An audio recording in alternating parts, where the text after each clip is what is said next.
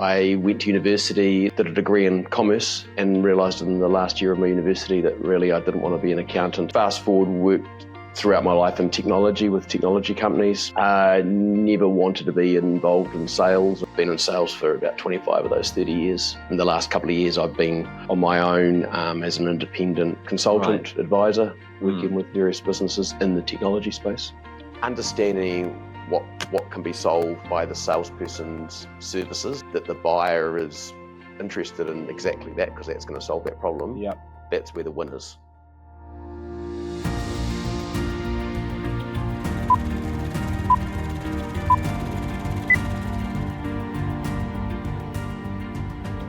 Hello everyone and welcome to another episode of Ways to Wealth. Today I'm joined by Steve. Steve, why don't you give us the TLDR on who you are and how you got here?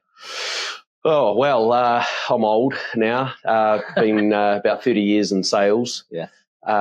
And during that course of that, I went to university, loved maths and economics and accounting. Yeah. Did those, did a degree in commerce, and realised in the last year of my university that really I didn't want to be an accountant in a high-rise building sitting there all day, working in worksheets. I suppose it wasn't Excel, or Excel had just come out, but it was called Lotus 123, something like that. Fast forward, worked throughout my life in technology with technology companies. Yeah. Never wanted to be involved in sales or anywhere near sales. Yeah. And have been in sales for about 25 of those 30 years now. So, nice. And what morphed into in the last couple of years, I've been on my own as an independent sales leader, consultant, advisor, working with various businesses in the technology space. Yeah, cool. So was it a conscious decision to be in sales? No. Or was it like it just kind of happened? Yeah, I started off as a product manager in a tech company. Yeah. And I was having to talk to some customers from time to time to test the products, test the marketing position, check the price point. And these customers, as much as I didn't want to make a phone call and talk to them, they were actually interested in not me, but the product, and helping to give advice way back. And over time, then it sort of morphed. Product management then became, actually, you need to be selling and fronting this product or these products. So, just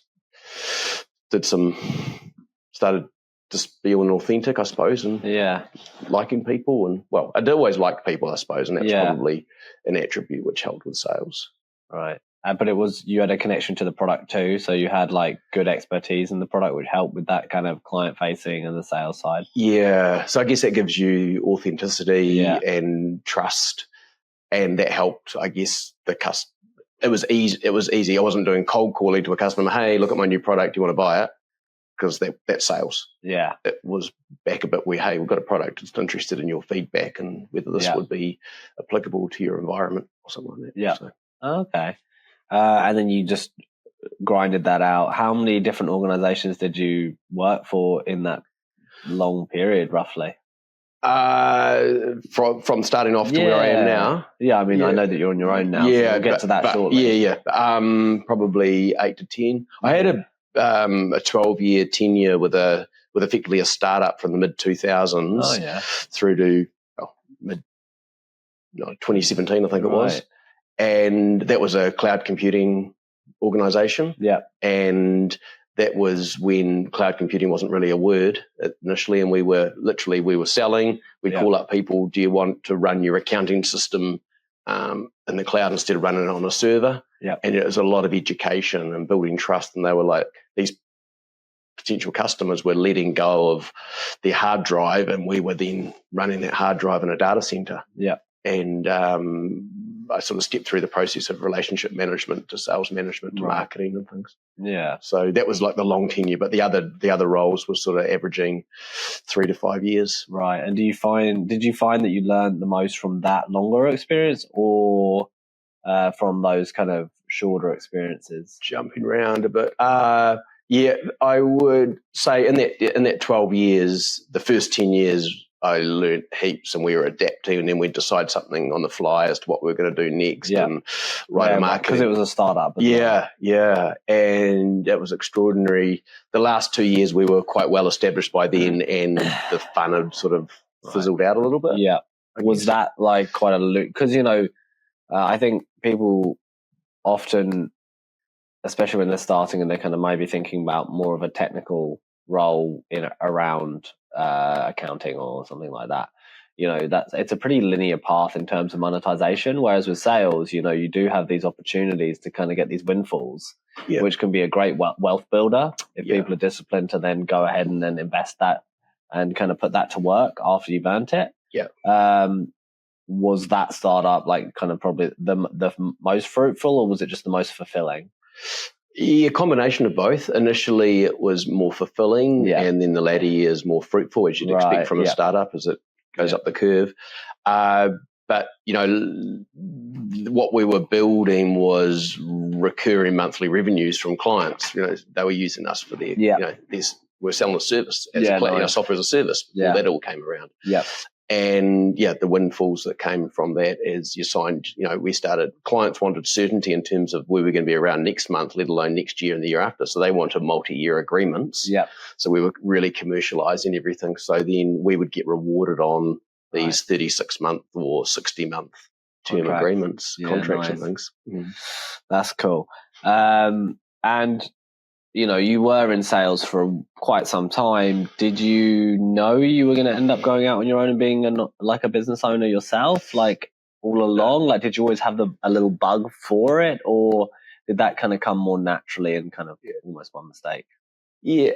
In one word, by mistake in a way. Right. But I've always been entrepreneurial and interested in doing something for myself, but not sure what that was going to be. Yeah. And working for myself and answering to myself for the most part, not having employees or contractors. I'm just myself has been the most fulfilling piece because I'm in control of my own destiny. Yeah. But leading, up to why I ended up going out on my own was in my previous last role where I was employed.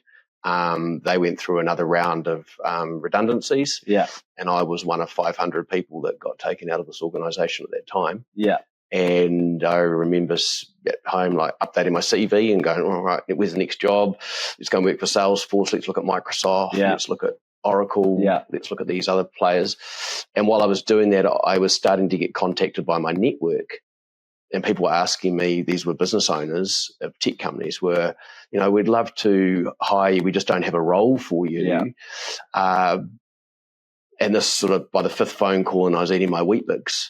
And I was like, hang on, there's a theme here. Maybe I could actually help this client or this bloke or lady on a Monday, and then on Tuesday I'd help this other person. Yeah. And so then I ended up into a space where I was selling myself by the day. Right. Kind of fractionally. And fractionally, yes. So doing fractional sales leadership. Right. So some of it's sales plans and strategies. And it's typically others in their teams that then execute the sales, or do you even jump on those sometimes? I jump on those as well sometimes, And I've had some work with a key client of mine for almost 2 years now, helping them establish their business in New Zealand. They're an Australian-based organisation, so I do some selling on the tools and help them build their business throughout New Zealand. So have that going on, as well as some other engagements, which what I'm quite amazed about is everyone, by and large, has a business plan because the banks ask them for a business plan because the bank won't lend them any money without a business plan. Right. But no one has a sales plan. Yeah, okay. So the sales plan to get to their business plan's return, that's what's lacking. Yeah, right. And it's just, we'll just grow sales by 10%. Oh, how are you going to do that? What's going to be involved? So that strategy piece and planning, there's a real niche for that. Yeah. Oh, nice. And through a recession and a more difficult time, did you actually find that people had more appetite for you because the focus on monetization, commercialization, especially in the kind of tech space, is more obvious and present? Yeah. There's been I haven't had and felt the recession. I've seen it in clients' organisations. But the people that are serious and have a long-term plan, they're not here for 1 or 2 years. They're here, or they've been here for ages. They want to carry on for decades to come. they'll talk. And by and large, all my businesses come from referrals. Someone says to someone, and someone reaches out and contacts me.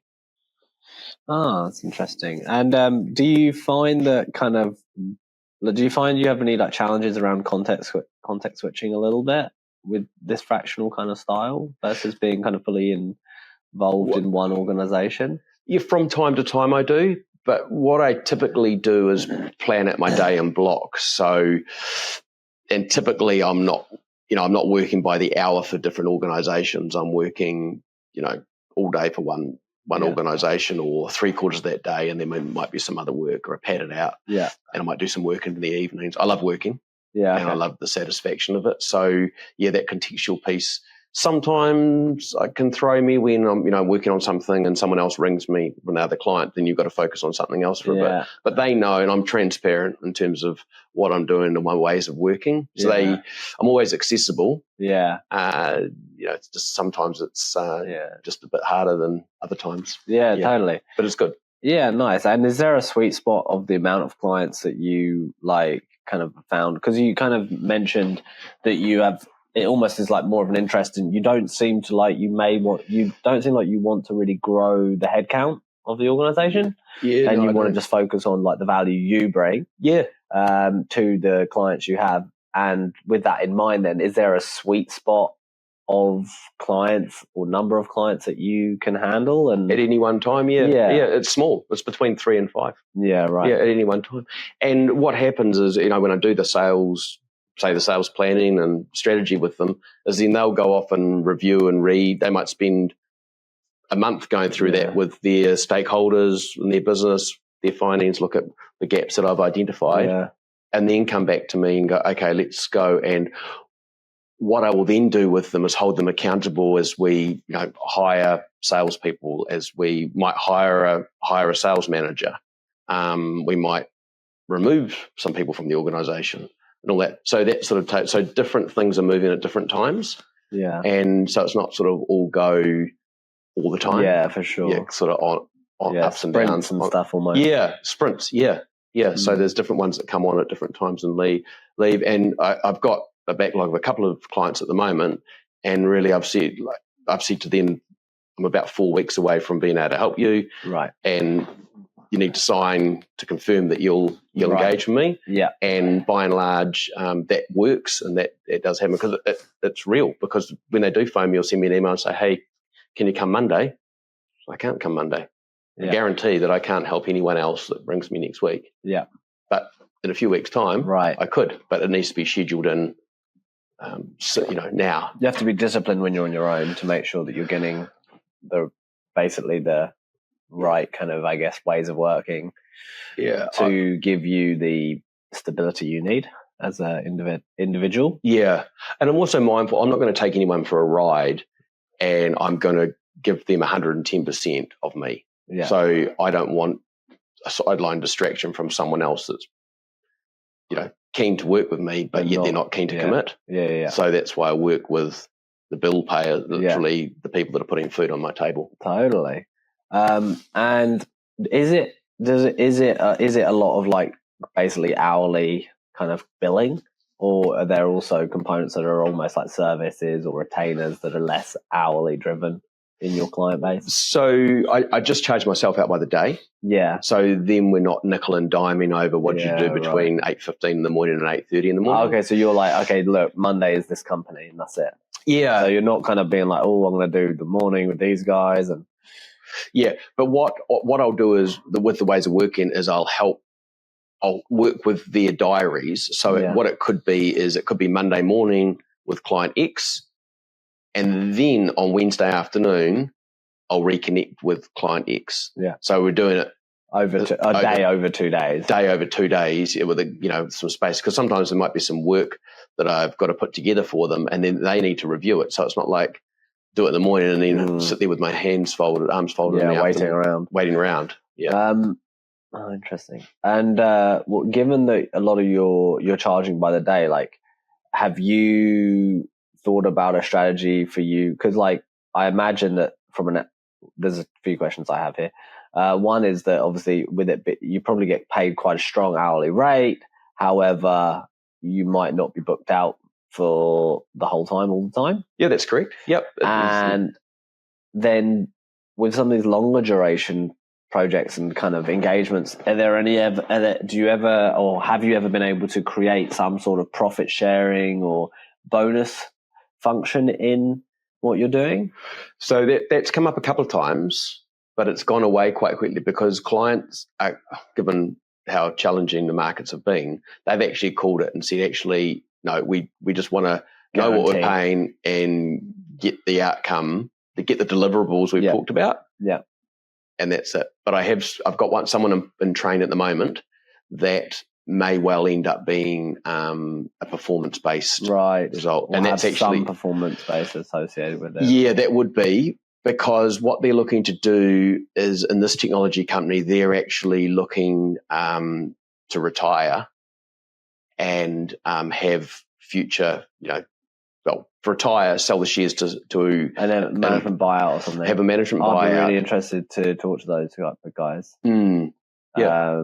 Small and medium enterprises and management buyouts is something we're pretty experienced with in our organisation. Okay. That could be something we could talk about. Totally. Yeah, that'd be cool. And they need new salespeople hired to replace themselves. Right. But also have the confidence that the management team that come through.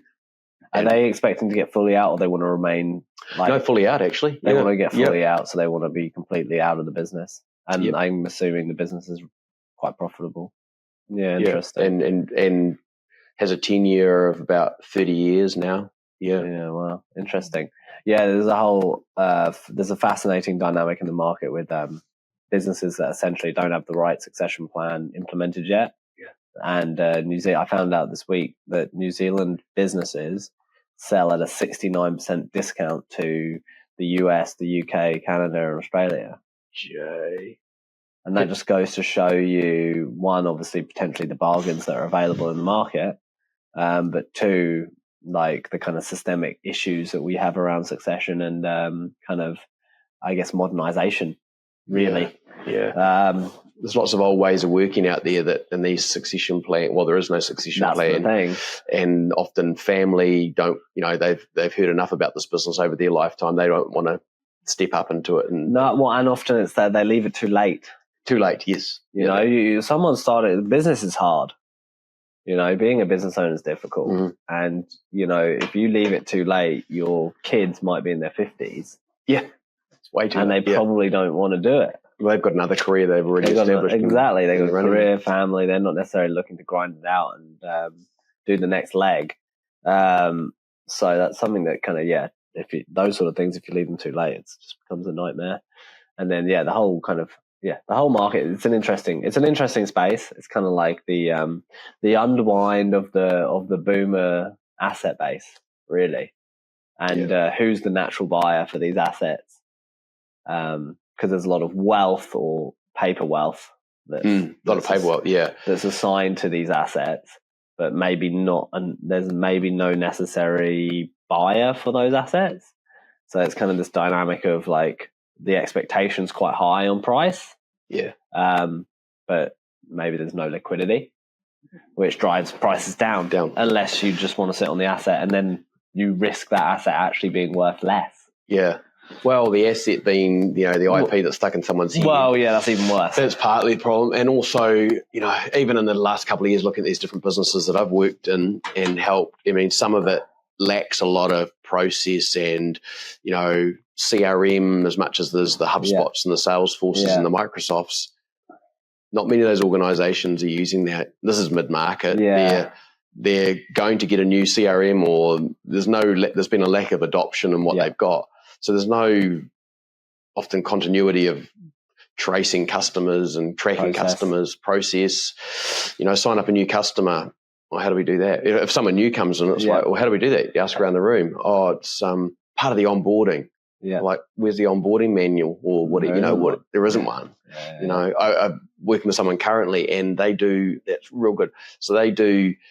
They've just recently onboarded some people. I've been working with them in the sales leadership area. Yeah. And they're recording little videos which instead of writing a big email out to the staff and saying, hey, you want to celebrate this, and by the way, can you please put your cups and coffee and stuff away in the dishwasher? It's not that kind of thing. But they are doing short videos and saying, here's the update here. Right. Here's this. So it's not on YouTube, but it's Loom. It's Loom or something like that. Yeah. But also they're screen sharing. So, hey, when you sign a new customer, you must click this button and this button and this button and do that. So it's kind of like it's documenting the process. It's a tutorial. Lives on forever. Yeah, and this is from a guy that's started this e-commerce business, and he's heavily involved in tech, and he's embracing that because he's younger. Yeah. But you wouldn't expect that from someone my age or older who'd be like, oh, I need to write that up in a Word document. This is how I've done it. This is how I've done it, I think, and sketched it out on a whiteboard or something. Yeah. It's exciting. I'm quite excited by that whole dynamic. I think there's just a lot of opportunity there. And I guess it creates a lot of work for you, because actually sales and the sales process, which you were talking about, there's no strategy for it. There's might be no implementation or operational guidelines around that. That's right. You don't have that, and you kind of, that's basically a key point area in the business where there's a kind of key point of failure that, if a couple of key people leave, you might not be able to actually deliver the way that you were previously doing, like delivering your That's sales. Right. Hit by that proverbial bus, and that person's not there anymore, and something's called health suddenly hit them. Yeah, for sure. How did that work? Do you so what's your plan with your kind of asset base and wealth then, given that you're kind of quite tied to this daily rate? So do you have your own strategy around kind of your ideals? And maybe that's even a bit of horizon gazing. Is it just continue to do what you're doing for the next 5 years and just business as usual? It's a good process. It works well. You can then allocate as you need to areas that you need to for your future? Or is there a plan to, buy a business, build a business adjacent? Because obviously you have the sales skills, which is actually one of the things that often business owners fail at most. Yes, but they can be the best salespeople, though, the business owner, because they're so passionate about their widget that they've developed and they know it inside out. Yeah, look, my plans are to do this for maybe the next 20 years. Yeah. And maybe along that line is what I wrote out in my sales plan and my business plan 2 years ago, when I was like, okay, I'm going to make a good job of this, was I may come across a business during my engagements where they're looking for succession planning, or they need a boost in capital, and where I could invest and become a shareholder and work in that business. Yeah. So that's not off the cards. Yeah, so that's something you think about. Yep, and look at all the time. And there is, even with the clients that I've worked with to date, there's interest on both sides, from their side and from my side, with a couple of them. Yeah, to do just that. But in terms of improving, the wealth, it's what you're doing with that income. Yeah, and that's right. You were talking previously about that spend creep versus. When you start, you're from your first job and you have $50 left over a week, but you managed to manage your income quite well, and then suddenly as you get more money, you spend that $250. You manage to find a place for it. But what I see outside, with investing outside of the business myself, because I invest in myself. I love learning and training.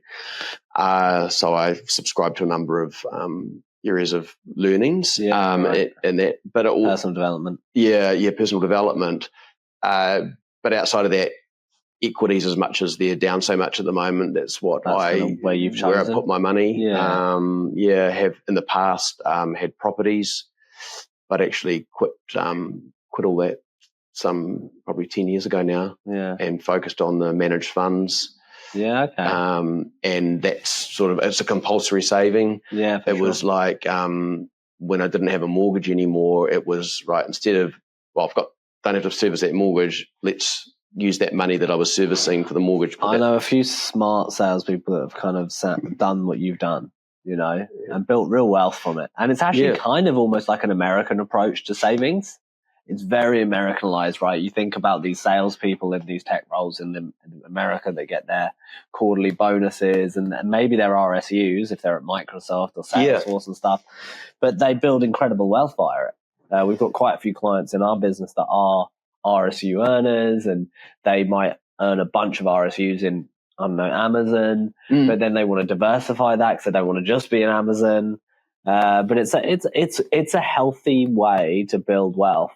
And I think it's, often dismissed in a way where people are like, oh, well, if you're a founder or you're a business owner, like that's the way to build wealth. Well, not necessarily. If you have strong cash flows and you do have the ability to actually have this excess that you can put to work, like the risk is actually much lower.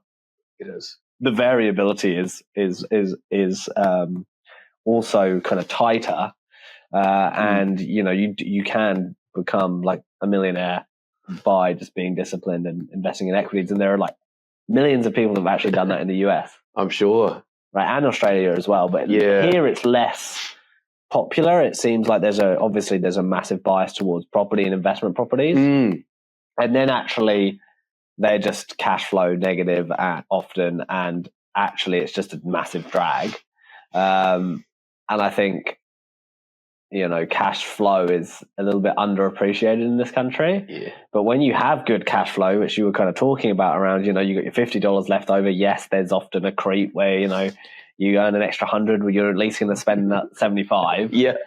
But that positive cash flow is such a nice boost, and it's such a strength, you're less enslaved by obligation, really. That's right. At the end of the day. Yeah. Oh, that's cool. So you've kind of got your plan there, and you're basically putting your eyes out there for the right business if and when it comes along, or the right partnership, and then you might jump in and you're on the ground level. You get to probably speak to the clients.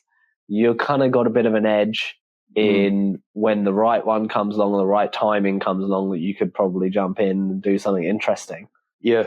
Yeah, that's quite cool. And I guess there's a bit of a sort of a dating period where they're getting to know me and I'm getting to know them, and I'm getting rewarded by the engagements that I'm doing with them, and they're getting value back from me from what's going on. So we can kind of work out the ways of working and how we do operate, and whether we are storming and norming and stuff as well, like during that phase, right, where you kind of go through the teething process, and then you get, okay, this is how we work together, and these are the things that are working. It's quite remarkable that there's another client I've been working with, and they're about 30. They've probably been in the business about 30 years as well. And what they, without giving too much away, is they have an extraordinary amount of sales revenue, profit. They do really, really well, but they don't have a CRM system. They don't have sales processes. Right. So you just think about all the potential.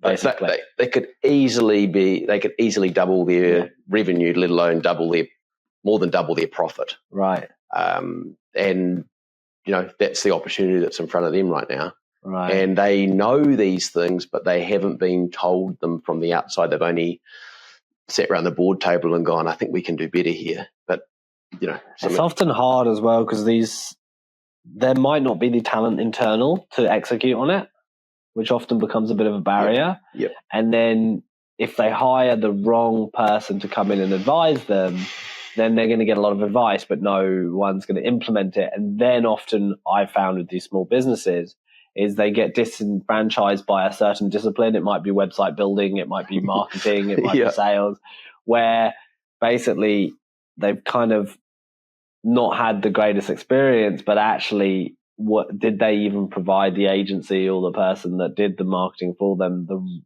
everything they needed? Yes, everything they need, the tools to actually be able to go out and execute on the desired outcome.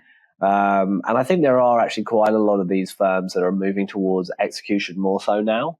I think there's a bit of a bias towards actually we'll come in and we'll actually just do it for you, rather than, hey, we'll tell you what to do and then you'll execute. And that's what I found with early on with a number of the sales plans I did, was I got paid well for these to deliver a sales plan. Yeah. And then I'd check in with them. And they hadn't done it. Nothing had changed. And I had quarterly markers and milestones, and nothing was happening. Yeah. It was like they'd got it was in their inbox or in their top drawer or bottom drawer. Almost like a compliance thing, where they're like, okay, we've done it. We've done the thing that we said we were going to do. Yeah, but they're only complying what compliance? It's just themselves. Yeah. It's not like a business plan that the bank needs. Right. It's a sales plan that the business actually needs to actually execute on. Yeah. So I've learnt my own lesson from that. And then in current and past future sales plans I've done has been that accountability piece where I'm going to hold you accountable. Right. And these are the milestones, and we're going to continue to have these check-ins. Yeah. Whether you pay me or not, I'm going to be checking in with you to make sure that you're doing what we've agreed should be done. Because you don't want to put in time into something that just sits in the drawer. No. That's like the worst. That's like the worst. It's just the worst. It's almost like they haven't valued what I've done. That's, thanks for the money, but actually I do think it works. Yeah, exactly. It is definitely proven. And then when I talk to them about other examples of other clients, then they're like, oh, okay. And if I can show an example from another client of what's actually happened and what turnaround they've had in these harsh economic climate. Yeah, for sure. There's good reasons for them to embed it and push on. Yeah, cool. I think when you're a small business and you may not have the processes in the business yet, and you really want to kind of tighten up that sales process, but maybe you don't have the resource to potentially bring on the right person at the right kind of level of seniority. Yeah. Like, what's a good strategy? Is it like bring someone on, then bring you in, or is it like bring someone like you in and then maybe even utilize you to actually help them find the right person that might actually be in, day out? Because I imagine it's quite hard to balance that kind of seniority versus like cost, and then also the ramp up of like getting to kind of sustainability of that role, right? Because you bring a new salesperson, you're not going to get results immediately. No, you don't, and that ramp up can really vary depending on the level of experience that salesperson's had in the past. Yeah. And equally so for the sales manager, the worst thing that can happen, you probably know this, is when you promote your best salesperson to be the sales manager in the business. And it's happened to me myself. Right. Not realizing it at the time, but like, crikey, I've had a promotion. I'm now no longer BDM, I'm the sales manager. Yeah. It doesn't necessarily work out when it's your first rodeo. Yeah. And you know, when clients engage me, yes, some of them have, like 14 months ago, a client engaged with me and they just promoted from within, a sales manager from within the sales team. And it was fine. But the other salespeople weren't on board with who the owner had promoted. Right. And I went in there and I actually spent 13 weeks with them and with the promoted sales manager, and, you know, gave him some confidence and some tools and ways of working that could bring that team on board with him. Yeah. Onto his journey, on his bus. Yeah. And by and large, it worked. Right. And from the outset, it was like a train wreck. Right. But over time, built it up, and they saw the good reasons why they should, you know, the sales team saw the good reasons why John should be the leader, and coaching and mentoring John on this sales leadership journey. Yeah, cool. He's in really good shape now. Yeah. And that sales team's continued, and they've hired additional salespeople into that team to really bolster them. So quite a good success there. What percentage of your clients are international? If you count Australia as international. Yeah, I'd say so at any given time, it's probably a 50-50 spread between New Zealand clients and Australian clients. Yeah, cool. Yeah, so I've got, because in my previous role, I was the ANZ sales manager at an organisation, and that had me travelling and engaging with a lot of Australians. Yeah. And, you know, while they're not as smart as us, they're pretty good fun. No, they're really good fun. It's a good market too, right? Australia just works faster. They get things done. We are definitely very conservative here and much slower at moving forward. Do you find often with a salesperson you're bringing in, like you're bringing in their network? Like what percentage is it the network versus the sales skills? Personally, it's been the skills rather than the network. I think we're pretty lazy. I mean, people claim to have, 10,000 friends on LinkedIn or something, or their Facebook account or their TikTok. That's their network. But do they actually know they humanize with these people? I think it's really like, with coming back to like sales process or methodology, is really understanding how the buyer buys and why the buyer is buying. If a salesperson can listen and understand what can be solved by the salesperson's services or widgets, and that the buyer is interested in exactly that because that's going to solve that problem. That's where the win is. Right. So it is. It's sales process, sales methodology. Yeah, cool, awesome. Well, this has been really fun, actually. I like sales now. I'm learning to appreciate it more. I'm naturally, as a founder, in the position of sales. You have to be. You're selling yourself. You're selling the organization, especially in the phase where you don't have anything yet. Right? You're selling something into existence. You're selling a concept.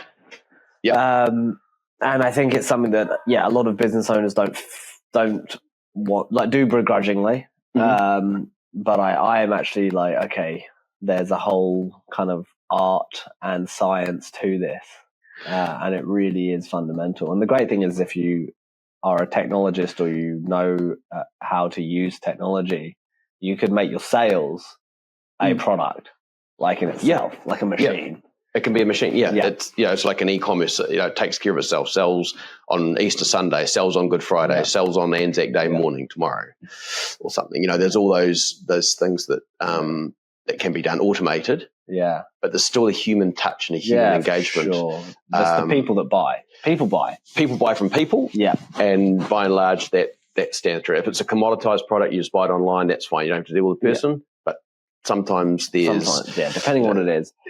And, it's about actually like enabling the human, like you say, it depends on what's being sold. Obviously, if you're selling digital art or something, you might not speak to anyone.